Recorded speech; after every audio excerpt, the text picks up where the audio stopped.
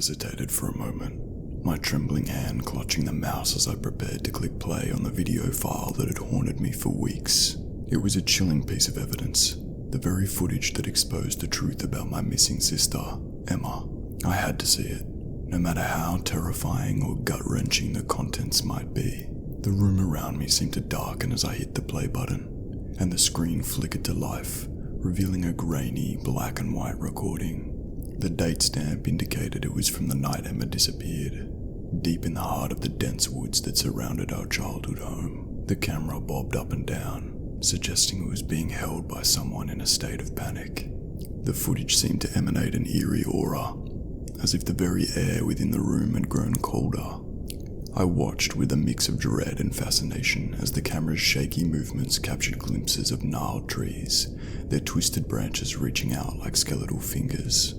The silence was oppressive, broken only by the sound of distant footsteps, each one growing closer. My heart pounded in my chest as the camera abruptly turned, revealing Emma's face.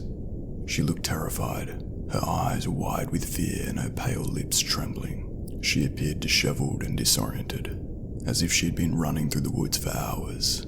My mind raced with questions. How did she end up here? What happened to her? As the recording continued, Emma's pace quickened, the camera following her desperate sprint through the tangled undergrowth. The scene was reminiscent of a nightmare, with shadows dancing around her, amplifying her terror. Her panicked breathing echoed in my ears, almost suffocating me. Suddenly, the camera jolted and dropped to the ground, capturing only a chaotic blur of leaves and grass. The audio, however, remained intact, and the sound of heavy breathing filled the room. I strained my ears, hoping to hear some clue, some indication of what had happened to my sister. A guttural growl, low and menacing, reverberated through the speakers, sending shivers down my spine.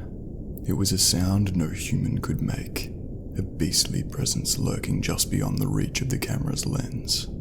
Panic gripped me as I realized that whatever Emma was running from was dangerously close. Then, silence. The camera lay still, abandoned on the forest floor, the only sound the gentle rustling of leaves carried by the wind.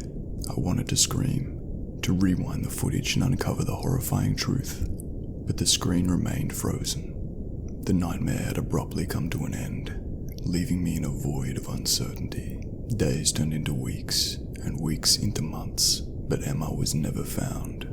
The chilling video footage became my only connection to her, a haunting reminder of the darkness that had claimed her. Each night, I would lie awake, tormented by the unknown, my mind conjuring up the most gruesome possibilities. I had seen something in that video, something beyond comprehension. It wasn't just a recording of my sister's disappearance. It was a glimpse into a world where nightmares held sway.